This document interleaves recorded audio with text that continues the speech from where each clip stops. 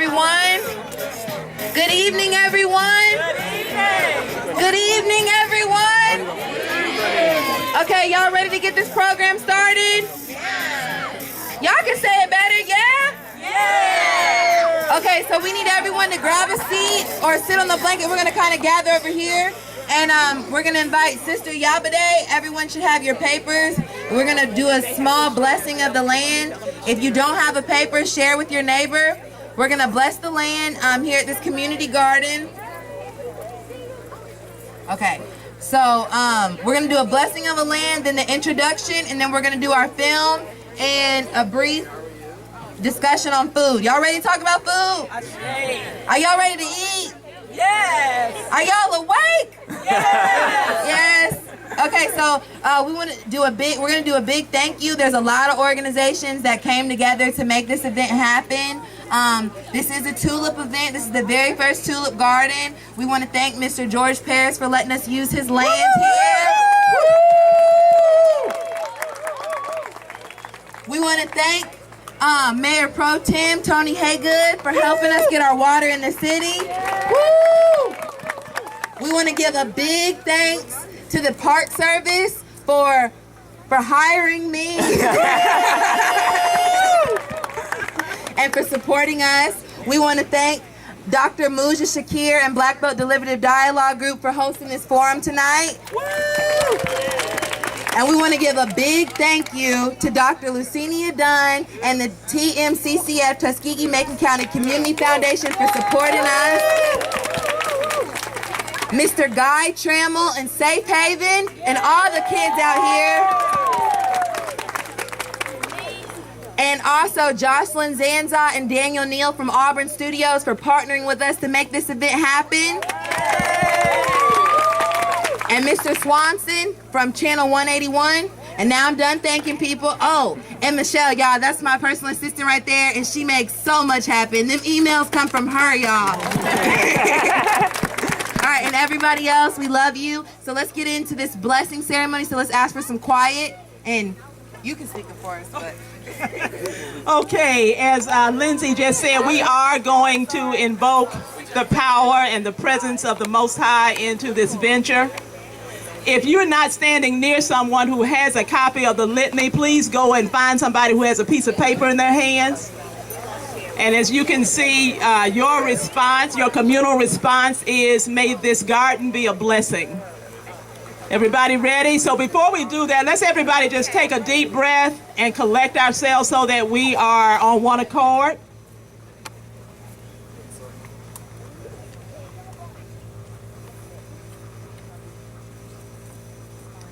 Today, we dedicate and celebrate this new creation. Let us praise the sacred mystery of creation and the source of the sun and the rain, which call forth green things from the ground. May this garden be a blessing. Let us honor the hands that plant, water, weed, hoe, and harvest in this place. May this garden be a blessing. May the bounty of this place remind us of our connections to all of life and all of humanity around the globe and in our own communities. May this garden be a blessing. May we remember those who are hungry or malnourished, and in our gratitude, let us remember the ability and the resources that we have to make a difference. May this garden be a blessing. Let us greet the squirrels, birds, and other critters who live around here. And let us pray that they might find enough food outside the bounds of our garden to be satisfied. May this garden be a blessing. And now let us dedicate ourselves to the joyful task ahead, working in the garden, harvesting and savoring its yield, and sharing it with one another. May this garden be a blessing. Ashe, amen, aho. All right.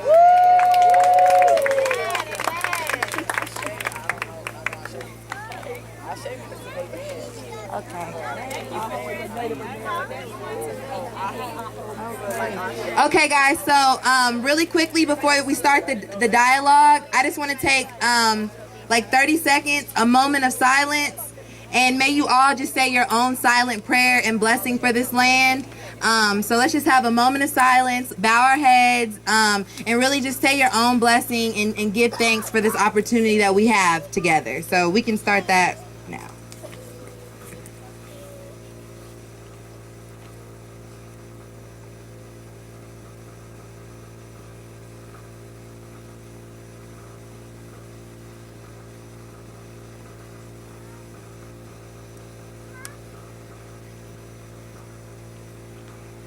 I think that's 30 seconds. I'm not sure.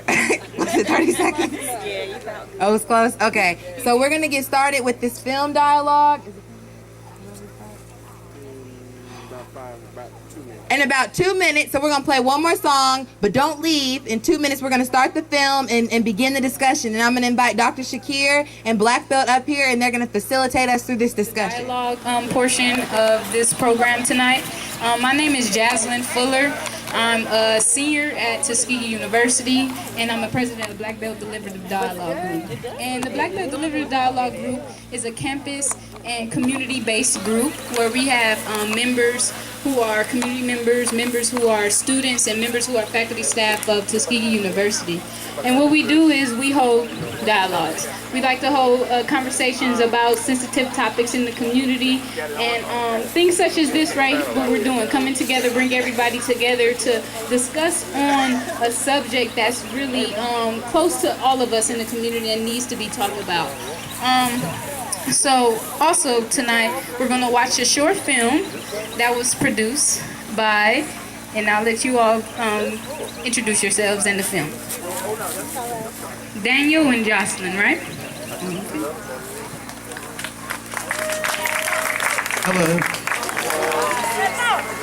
I'm Daniel Neal, and this is Jocelyn Zanzo. We're co-directors of a studio called the Mobile Studio. We've been traveling in rural communities in Alabama for about 6 years, and our home base is Auburn, and then I'm also at Troy University in Montgomery. So several years ago we looked at schoolyards in rural communities, and several here in Macon County, and we realized there were some gaps in how land was used, publicly held land was used. So Jocelyn's students very ably developed some drawings for school gardens, and we proposed some of those drawings in the studios at Auburn in the landscape architecture program. And that led us to really try to understand what was going on in the food system here in Macon County. And so it was a year and a half ago we embarked on a study with rural sociology and ag economics at Auburn to try to really figure out what was happening within the food security system here in Macon County. We were fortunate to partner with everyone's favorite person, Guy Trammell, and Guy pointed us in the direction of the Macon County Food Pantry right over on Daly Street behind the Safe Haven. And so that led us to start to develop ideas for a grant opportunity that came through the federal government called Local Foods, Local Places. We applied for that grant. It's a multi-agency grant through the EPA, USDA,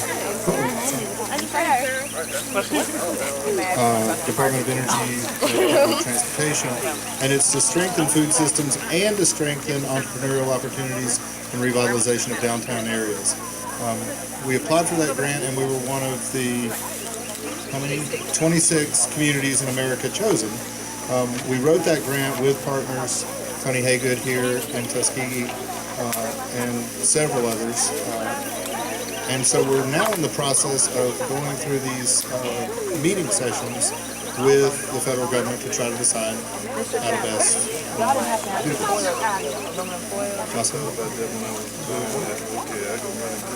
They said they need pleasure to share this aluminum with you tonight, and really treat to have a chance to talk Let me about make it. sure that's just it. I think that's just it. Let me make sure. Many of our friends, colleagues here in the film, and it was really our interest to weave in multiple voices into this film and to not just narrate like we're doing right now, but to really let all of the different voices from the children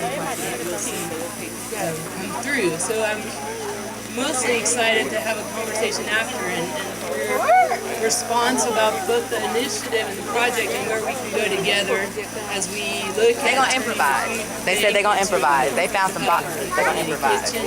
As we look at they got garbage bags networks between the rural farms in Macon County and she said that she can improvise. The downtown market, so we can see and bring some she said we can ball on a budget. Wonderful energy to the future of what we can do together. So I think we'll turn it back over and have a conversation after. Oh no! Thank you so much. In my car too. I grabbed some for Saturday for water for the So in Black Belt Deliberative Dialogue Group, what we do before we have our discussion, we share agreements, and agreements are just some friendly rules that we'd like to let everybody know about so we can have a healthy discussion tonight.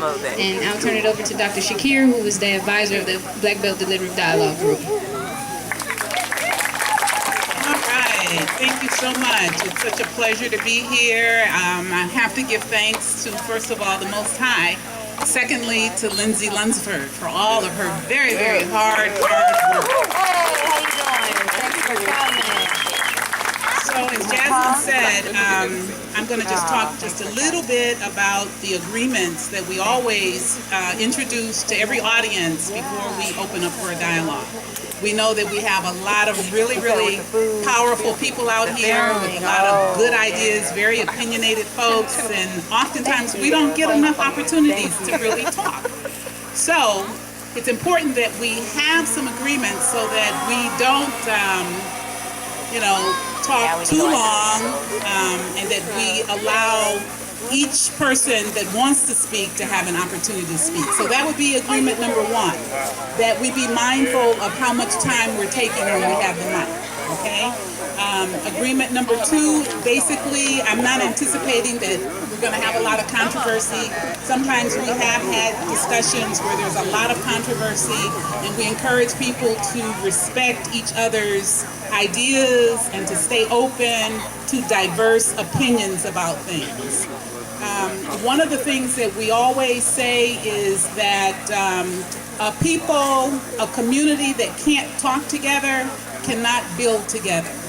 We can't organize together, we can't build if we can't learn how to have challenging and difficult conversations. So it's natural.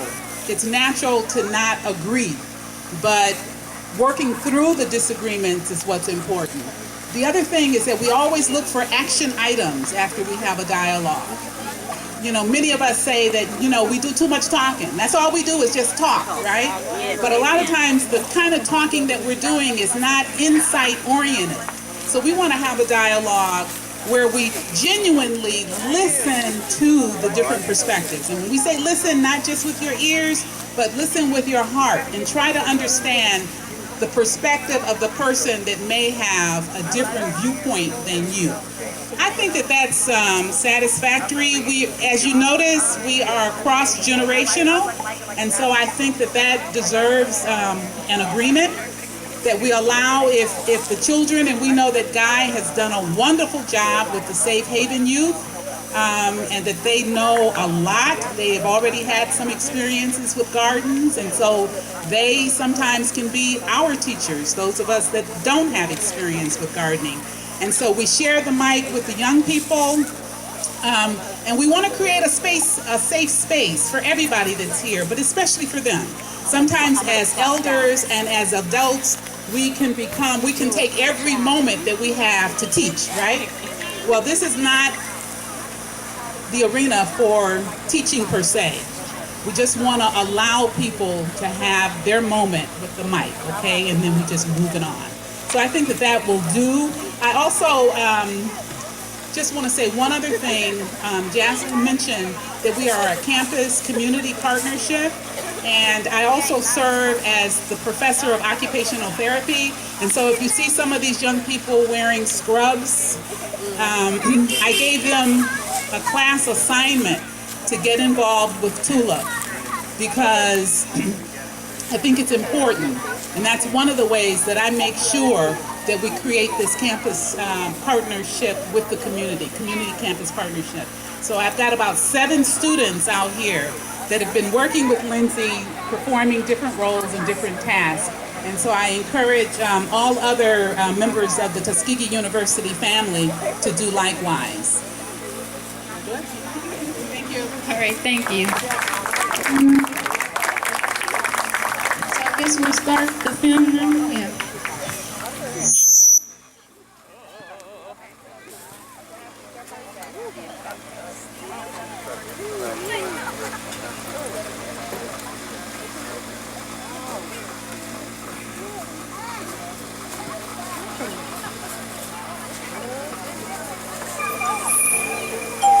You have to have like love in it, no matter what you're gonna do. It like sustainability is love is inherently sustainable, and so it's like in order to have something sustainable, there has to be like a love for a passion.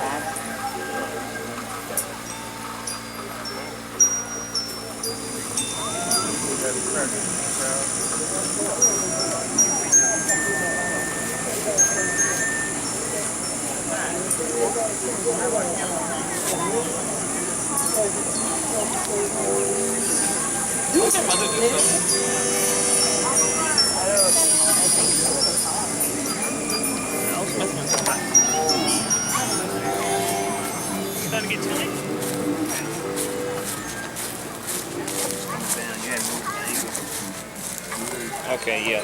Record the drum. You see it right there? Just kind of gotta. Ooh, I wish I could do that. Just back up, kid. Don't distract her. Can I take it off?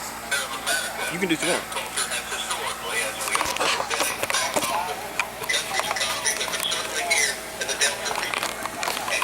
Screw it off. To the bottom.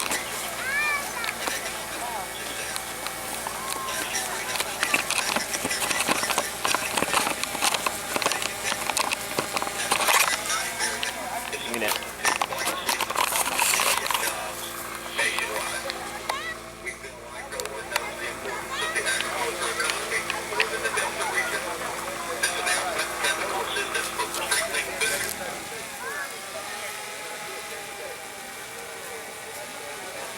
The generator went off.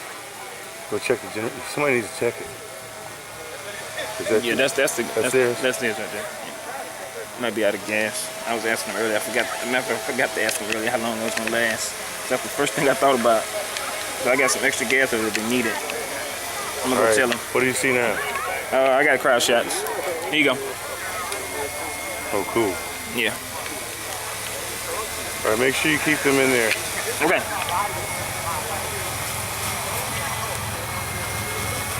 And she wants to see the app. Who has the app? That's me. Really? Oh.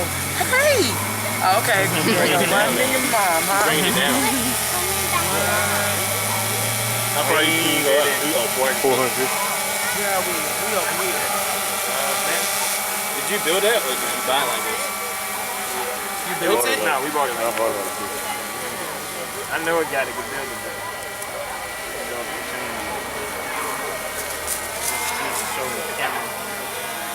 That's us. Oh, that's a drone. That's government. That's so cool. You can't get one better unless you go to the government. And the air's malfunctioning. You heard about that? I know, right? Oh, yeah. Fall out of the sky on people. I can imagine that. In the city, too. What's our time left? We've been in the air for 4 minutes. We got 8 minutes. 8 more minutes. Battery power. Yeah, it's travel better. Oh, excuse me. That is so cool.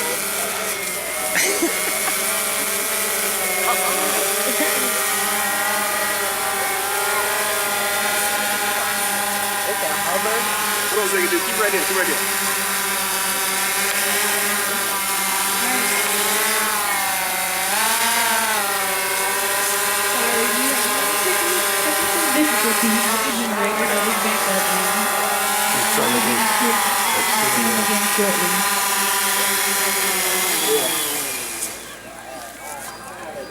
Wow. No matter what you're gonna do, it's like sustainability is inherent love is Uncle, I'm gonna stop the recording now. Captured the imagination. You stupid. I'm gonna stop recording. America, but internationally as well.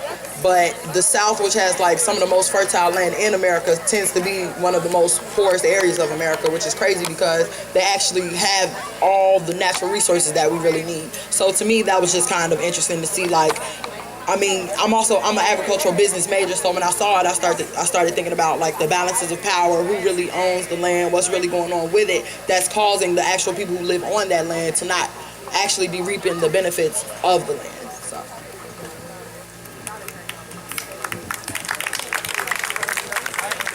Are there any other responses to the short film?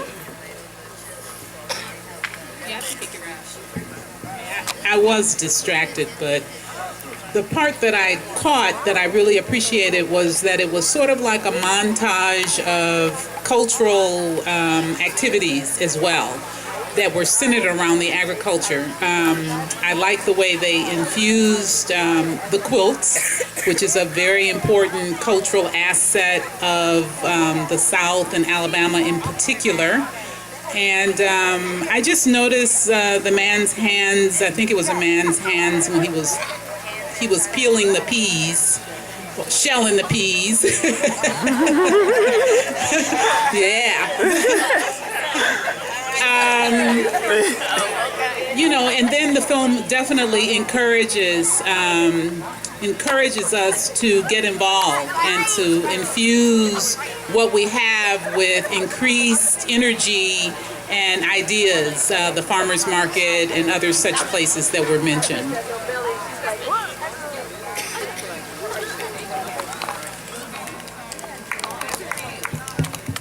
So are there any other quick responses? Do you all want to respond? No? Okay. So basically what I got out the film was that Macon County is food insecure, and correct me if I'm wrong, Macon County is 35% food insecure. So the one thing I know that was really stressed in the film was that Macon County is a food insecure community, and I want to make sure that everybody understand what that actually means. Can you share with us a little bit again and let us know what a food insecure community is so that we can actually have a dialogue about that as well? Well, food security or food insecurity is probably one of the most sensitive topics we could really talk about together. How we feed each other, how we feed our children when we can and we can't make all of the connections meet. And it has many dimensions. It has to do with accessibility, mobility, proximity of markets, whether there's fresh food at the near market, whether we have the money to buy the gasoline to get to the market that has the food, that is the fresh food we'd love to be feeding our children, whether we have the knowledge to take the fresh food from the garden to the kitchen to cook the meal, whether we have the dollars to turn on the gas to cook the fresh food. And what we learned in the dialogue is all of those things are part of the complexity of food security, food insecurity. And the reason we did the movable feast was because you can't just talk about this in a survey. It's not about objective data. It's really about learning where are the working parts of the network and where are the gaps in the system. And how can we come together to talk about it and build enough trust that we can really have those difficult conversations. We found that sharing a meal is a real powerful way, but food security entails all of those issues, both at the economic and distributed level, the growing and farmer networks, the markets and places where we can access fresh food, and whether we are able to make a meal with that all the way around the year. So now that we understand what a food insecure community is, I would like to ask the first question. Let me get my notebook.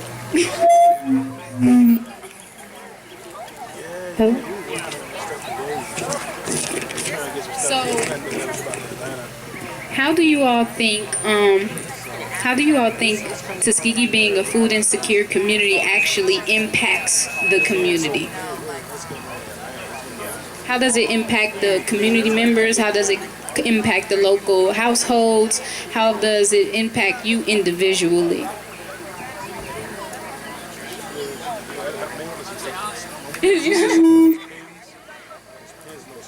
Answer? Okay.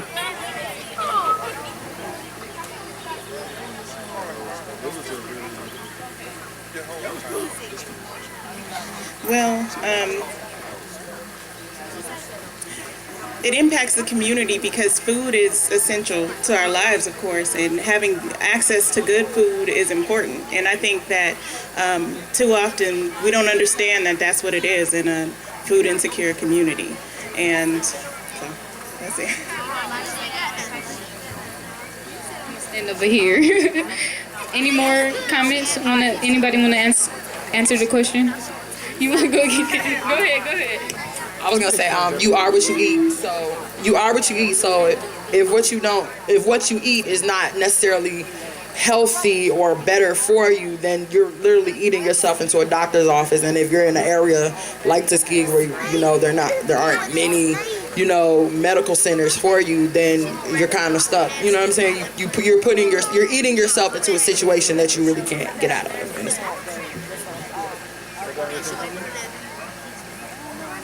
You wanted to answer the question? Anyone else want to share? Okay, so I'll move on to the next question. So the second question is, how does the community garden, what do you want to see? Oh, did you want to answer the question? I'm sorry, I can't really see. Answer the first question. I wanted to answer the first question. For me, being a 35%, it causes me to have to work extra hard to have quality food. I have to plan far in advance, and it causes me sometimes to eat things I don't want to eat because it's not easily accessible. But with the more knowledge, and to let other people know that this community garden is here, it's gonna make people more aware, and then we can start asking this community to bring, like when I say the community, like our stores and our markets, to bring in what we want. Because I'm originally not from here, I'm from another state, and in the areas where the people stand together, those producers, those grocers, they don't have so much junky stuff, you know what I'm saying, leftovers, because the community won't stand for it. But if the community comes together, then the grocery stores and the people that bring things here, they have to bring quality things here. And plus, we get the education about how to grow it with this tulip. Thank you.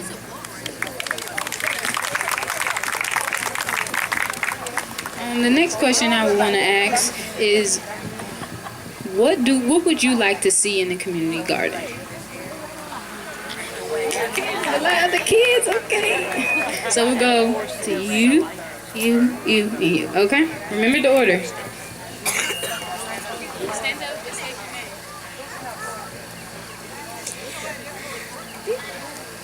My name is Ashanti Taylor.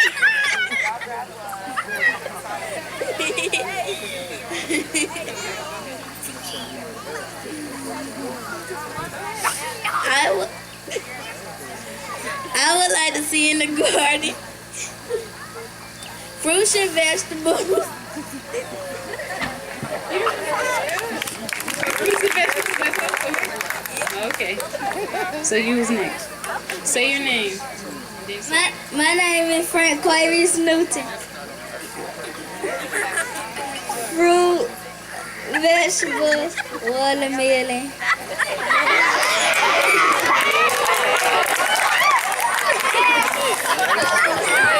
Alright, quiet down.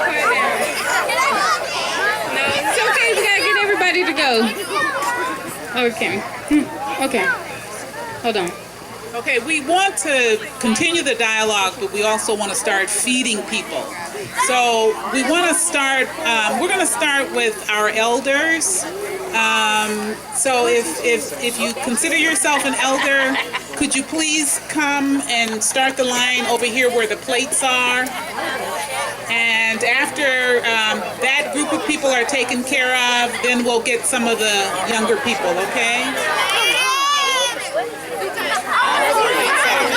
So we're going to continue with the dialogue. Yeah, you're going to say something about...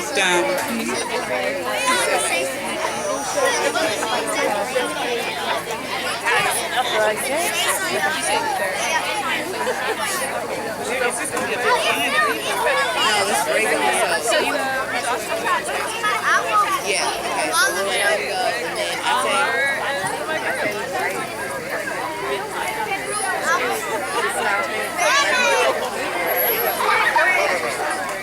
do you want to do it? Jasmine, just do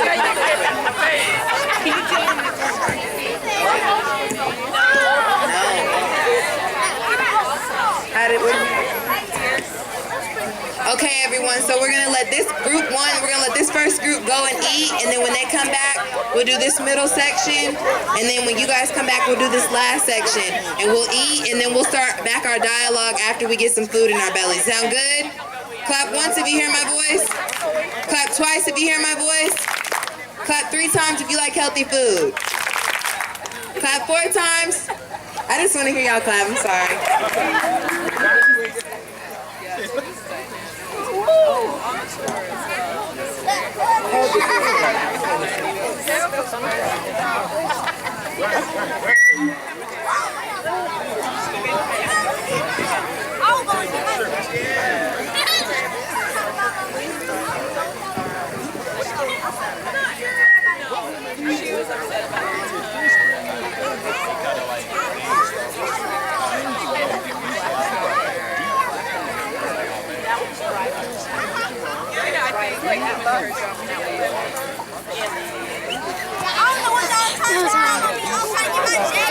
Where'd she go?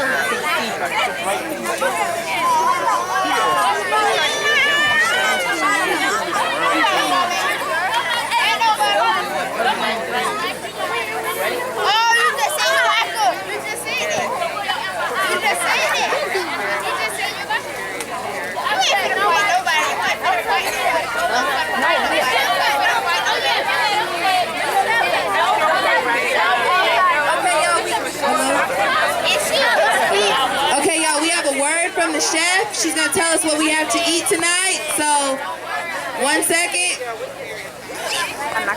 Hello, everybody. My name is Pamela Banks. I'm so blessed to be here to help you guys out as much as I could. Nope. First, we got turkey burgers, grilled. Then we got sauteed spinach. We also have spinach for your salads as well. I got a kid. We have a soup. I had to put together a soup. It has a little bit of turkey, ground turkey in it. Also has kidney beans, black beans, tomatoes, and a bunch of seasoning. We just had to quick pick something together for you guys, and I really appreciate y'all having me out here. Thank you. So we're gonna break to eat and then continue the dialogue. Where the food at?